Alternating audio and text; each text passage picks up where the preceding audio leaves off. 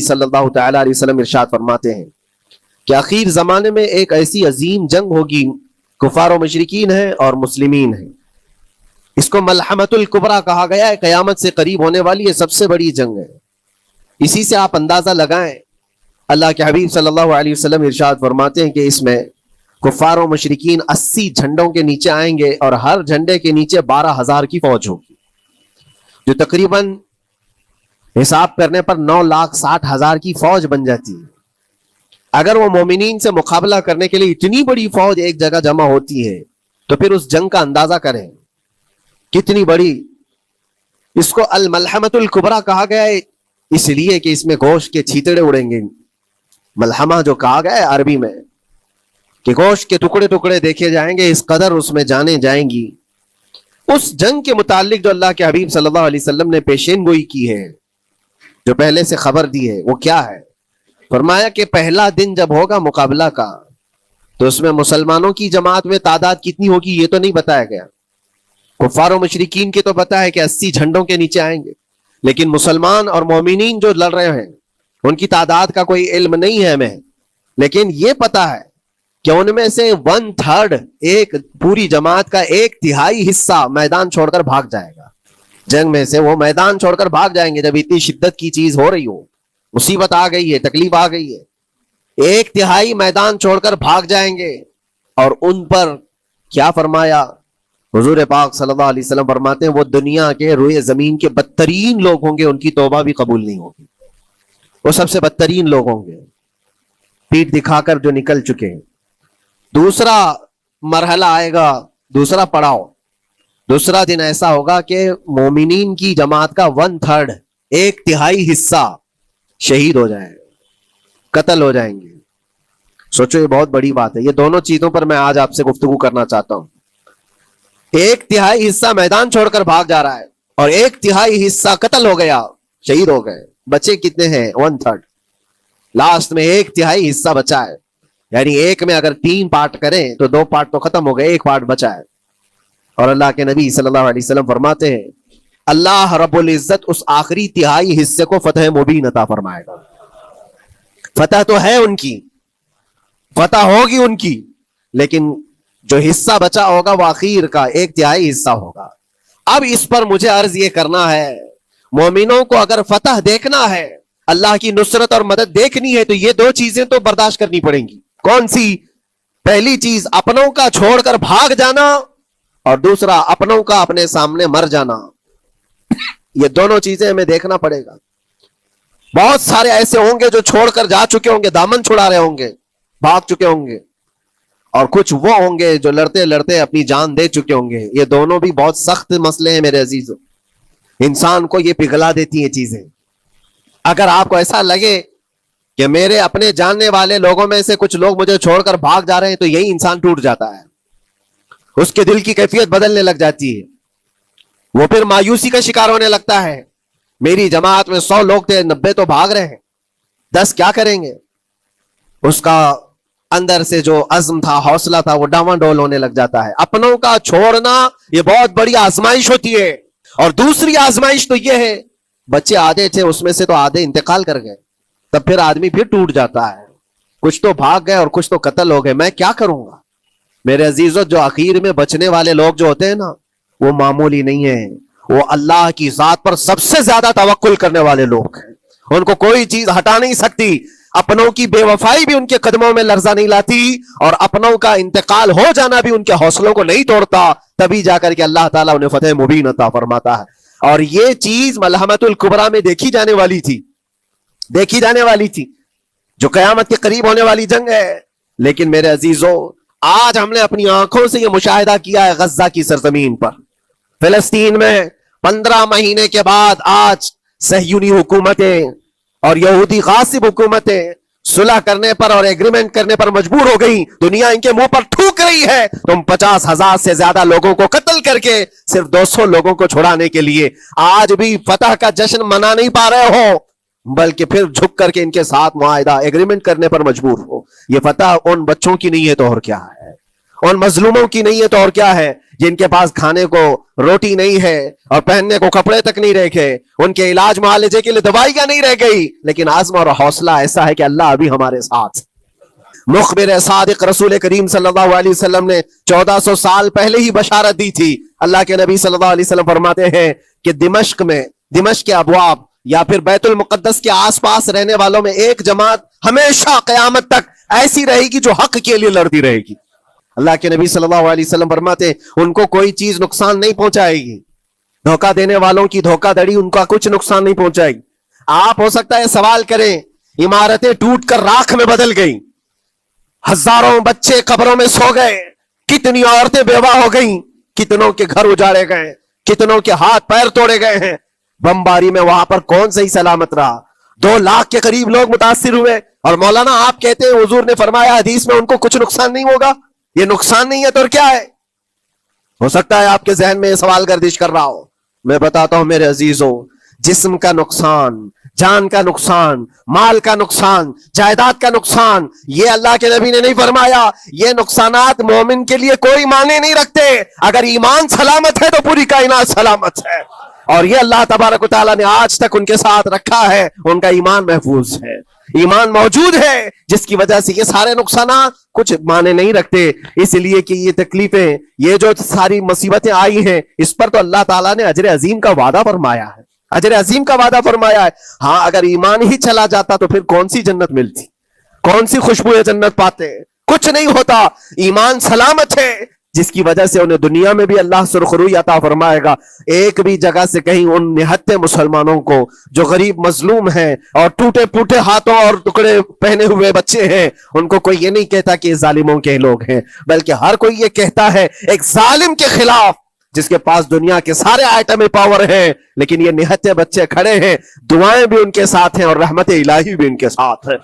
اگر اللہ تمہاری مدد کرے تو کوئی دوسرا غالب آ ہی نہیں سکتا، تم پر کوئی غلبہ حاصل نہیں کر سکتا اگر اللہ تمہاری مدد کرے۔ اگر اللہ تمہیں چھوڑ دے یا گرا دے تو کون ہے اس کے بعد جو تمہاری مدد کرے؟ کوئی ہے جو اللہ کے علاوہ تمہاری مدد کر سکتا ہے؟ جب نہیں ہے تو پھر آگے ہونا کیا چاہیے؟ وَعَلَى اللَّهِ فَلْيَتَوَكَّلِ الْمُؤْمِنُونَ، تو مومنوں کو چاہیے کہ وہ صرف اللہ پر بھروسہ کر کے رہیں۔ فتح، نصرت، مدد، یہ سب جو چیزیں ہیں بہت سارے لوگوں کے ذہن و دماغ میں ایسے ہے کہ فوراً آ جانا چاہیے۔ کوئی بھی فتح ہو، کوئی بھی مدد ہو، بغیر تمہارے اسٹرگل کیے ہوئے، بغیر مصیبت اٹھائے ہوئے نہیں ملے گی۔ اگر فتح و نصرت یوں ہی آپ کو روزانہ ملنے لگ جائے تو کیا رسول پاک صلی اللہ تعالیٰ علیہ وسلم مدینہ طیبہ میں بیٹھ کر دعا کرتے تو ساری چیزیں فتح یاب نہیں ہو جاتی؟ آپ صلی اللہ تعالیٰ علیہ وسلم کو بدر میں جانے کی ضرورت کیا پیش آتی؟ احد میں اپنے 70 جوان صحابہ کی شہادت پیش کرنے کی ضرورت کیا پیش آتی؟ اور اسی طرح سے خیبر ہو کہ حنین ہو کہ طائف ہو، کتنی جنگیں ہیں جس میں اپنی جان کی بازی لگائی صحابہ نے۔ سب سے بڑا معرکہ تو کربلا کا دیکھیں آپ، جہاں پورا کا پورا خاندان شہید ہو گیا ہے۔ تو فتح و نصرت بغیر قربانی کے اور بغیر تکلیف کے ایسی آ جائے، آج کے زمانے میں ہم سوچ کر کے بیٹھے، ایسا نہیں ہوتا۔ اسلام زندہ ہوتا ہے ہر کربلا کے باہر، اور اللہ کی مدد آتی ہے، یہ بھی نہیں ہے کہ نہیں آئے گی۔ کچھ لوگ مایوس ہوتے ہیں، کچھ لوگ نروس ہو جاتے ہیں اور بھاگنے پر مجبور ہوتے ہیں، یہ امتحانات کی گھڑی ہوتی ہے۔ سلام ہے ان غزہ کے مظلومین کو، اور وہاں تو بچے، مرد تو مرد، عورتیں، آپ نے سنا ہوگا ان جوان لڑکیوں کا، میں نے دیکھا تھا، وہ کہہ رہی تھی کہ ہم رات کو برقع پہن کر کے اور رات کو ہم حجاب پہن کر کے سو جاتی ہیں، اس لیے کہ بمباری میں جب گھر تباہ ہو جاتے ہیں، صبح لوگ لاشیں اٹھانے آتے ہیں تو کہیں ہم بے پردہ لاشوں میں نہ مل جائیں۔ سلام ان بہنوں کو، آج وہ عورتیں سبق لیں ان سے جن کو اللہ نے ہر طرح کی نعمتیں دی ہیں۔ تمہارے گھر میں جائیداد بے پناہ ہے، مال و دولت بے پناہ ہے، کپڑے روز بدلنے کے لیے تمہارے پاس ہیں، سب رکھ کر کے تم عورتوں کو آج ہم بازاروں میں جو بے پردہ دیکھتے ہیں، یہ شادی محلات میں ہر جگہ جو عورتوں کی بے حیائی اور بے پردگی دیکھ کر پھر میں سوچتا ہوں سلام ان بہنوں کو جو موت کی رات بھی حجاب ہٹانا نہیں چاہتی، اس لیے کہ دنیا سے جائیں تو اللہ کی بارگاہ میں حجاب کے ساتھ جائیں۔ یہ ایمان ہو تو پھر اللہ تبارک و تعالیٰ کی مدد بھی آتی ہے، نصرت الہی آتی ہے۔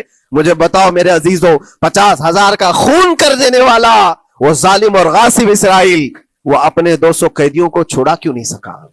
وہ حاصل کیوں نہیں کر سکا 200 لوگوں کو؟ بلکہ ان میں سے 5 لوگوں کو کیوں نہیں حاصل کر سکا؟ 50,000 کو قتل کر ڈالا، اور وہ بھی سیویلینز کو، شہریوں کو، جن سے تمہارا مقابلہ ہے، ان کی موت کی تو کوئی خبر ہی نہیں آتی۔ جو تم سے برسر پیکار ہیں، جو لڑ رہے ہیں، ان کے موت کی خبر نہیں آتی۔ بچوں کی موت، عورتوں کی موت، ہاسپٹل میں موت، یہ سارا جو ناچ دیکھا گیا ہے 15 مہینے سے ہم دیکھتے آئے۔ لیکن افسوس اس بات کا ہے میرے عزیزوں، اللہ کا عذاب ان ظالم بادشاہوں پر بھی آئے گا جو ان کی موتوں پر دیکھ کر تماشے کر رہے ہیں۔ وہ اپنی عیاشیوں میں مصروف ہیں، وہ اپنے عیش قدوں میں شراب نوشی اور کباب خوری پر مصروف ہیں، اور ان بچوں کی تڑپتی ہوئی لاشوں پر وہ اپنی کرسیاں سجائے بیٹھے ہیں۔ وہ عرب کے ظالم بادشاہ کہاں ہیں جن کے گھروں میں سونے کے ٹوائلٹ بنائے گئے ہوں، جو سونے کی کرسی پر بیٹھ کر کے حکومت اور تخت بچھاتے ہوں؟ میرے عزیزوں، ان کی بھی پکڑ آنے والی ہے، آپ انتظار کرو، کیونکہ اللہ تعالیٰ قرآن میں فرماتا ہے وَسَيَعْلَمُ الَّذِينَ ظَلَمُوا أَيَّ مُنْقَلَبٍ يَنْقَلِبُونَ، ان قریب ظلم کرنے والے یہ پہچان لیں گے کہ اللہ ان کو کس پلٹی میں گرائے گا، وہ کس پلٹی میں، کس کھائی میں جا کر کے گریں گے۔ اندازہ کرو، ظالم صرف وہی نہیں ہے جو بمباری کرتا ہے اور قتل عام کرتا ہے، ظالم وہ بھی ہے جو تماشائی بن کر کے لوگوں کا سپورٹ کرتا ہے۔ افسوس کا مقام ہے، وہ چیختے رہ گئے، چلاتے رہ گئے، اور پھر اخیر میں وہ بچوں نے پکار کر کے یہ بھی کہا ہمیں کسی جگہ سے مدد کی امید نہیں ہے، نہ ہمارے پڑوسی ملک سے، نہ کسی بہت بڑے مسلم بادشاہ سے، ہمیں امید ہے فتح کی اور مدد کی تو پروردگار عالم سے ہے۔ اور یقیناً مومنوں کے لیے اللہ نے یہی فرمایا وَعَلَى اللَّهِ فَلْيَتَوَكَّلِ الْمُؤْمِنُونَ، اور مومنوں کو چاہیے کہ صرف اللہ ہی پر بھروسہ کریں۔ میں نے دیکھا ہے میرے عزیزوں، یہ دنیا صرف اور صرف لالی پاپ پکڑا سکتی ہے تمہیں، ان کے ہاں مدد کی کوئی گنجائش نہیں ہے، یہ ہمارے ساتھ کھیلتے ہیں، ان کے دلوں کے اندر سے رحم غائب ہے۔ یہ بچوں کی تڑپتی ہوئی لاشوں کو دیکھ کر کوئی آواز تک نہیں اٹھاتا، جو آواز اٹھانے والا اس کو کیس کر کے بند کر ڈالیں گے۔ جو بھی اگر مظلوموں کے لیے آواز اٹھائے، ان کا پرچم لہرائے، تو کتنے تو یہاں پر FIR ہو گئے، بند کر دیے گئے۔ کیوں؟ مظلوموں کے لیے آواز اٹھانا کیا یہ ہمارا رائٹ نہیں ہے، ہمارا حق نہیں ہے؟ تم ظالموں کے لیے علل اعلان بات کر سکتے ہو، ہم مظلوموں کی بات بھی نہیں کر سکتے؟ کیسی بات ہے میرے عزیزو، ہم جس دنیا میں جی رہے، اسی لیے میں آپ سے کہتا ہوں اٹھو وہ گھر نہ حشر نہ ہوگا پھر کبھی، دوڑو کہ زمانہ چال اپنی چل گیا، قوت عشق سے ہر پست کو بالا کر دو، دہر میں نام محمد سے اجالا کر دو۔ تمہارے پاس طاقت و قوت نام کی کوئی چیز ہے تو وہ ایمانی طاقت ہے، باقی کوئی چیز، کوئی طاقت و قوت تمہاری مدد نہیں کرے گی۔ وہ قوت ایمانی ہے جو بدر میں صحابہ کے ساتھ تھی، وہ قوت ایمانی ہے جو احد میں بھی صحابہ کے ساتھ تھی، وہ ایمانی طاقت و قوت کا جوش ہی ہے جو 4,000 ہوتے تو 40,000 پہ بھاری ہوا کرتے تھے، وہ ایمانی طاقت و قوت ہی ہے جس پہ اللہ کی مدد اور نصرت آتی ہے۔ آج مومنو، آپ سب سے زیادہ اللہ پر توکل کرو، اللہ پر بھروسہ کرو، اس لیے کہ مزاج ہے اسلام کا، اسلام زندہ ہوتا ہے ہر کربلا کے بعد۔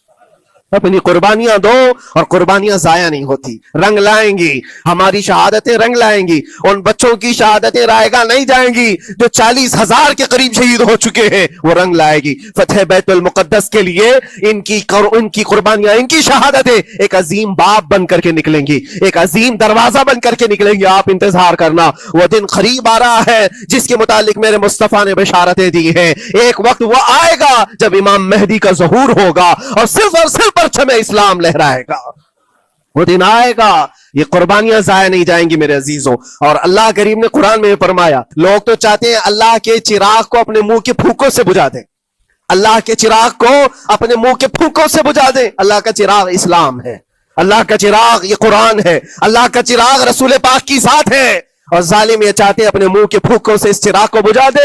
اور قرآن کہتے ہیں واللہ متم نورہ، اللہ تعالیٰ اپنے نور کو، اپنے چراغ کو مکمل کر کے رہے گا اور پوری دنیا میں غالب آ کر رہے گا۔ آخر میں یہ جملہ اللہ نے فرمایا، اگرچہ کافروں یہ بات ناپسند کرتے ہو، اگرچہ مشرک یہ بات ناپسند کرتے ہو، میں نہیں کہہ رہا، اللہ کہہ رہا ہے، یہ بات تو بری لگے گی ہی۔ ایسا کیوں بولتے ہیں؟ اس لیے کہ یہ ہونے والا ہے جو قرآن نے کہا۔ یاد رکھو، زمین اوپر جا سکتی ہے، آسمان نیچے آ سکتا ہے، لیکن میرے رب کا فرمان کبھی ٹل نہیں سکتا۔ جو قرآن نے کہا ہے وہ ہو کر رہے گا، اور اسی پر ایمان ہم سب مومنوں کی شان ہے، ہم سب مومنوں کی شان ہے۔ بس آپ کے لیے ذمہ داری یہ ہے،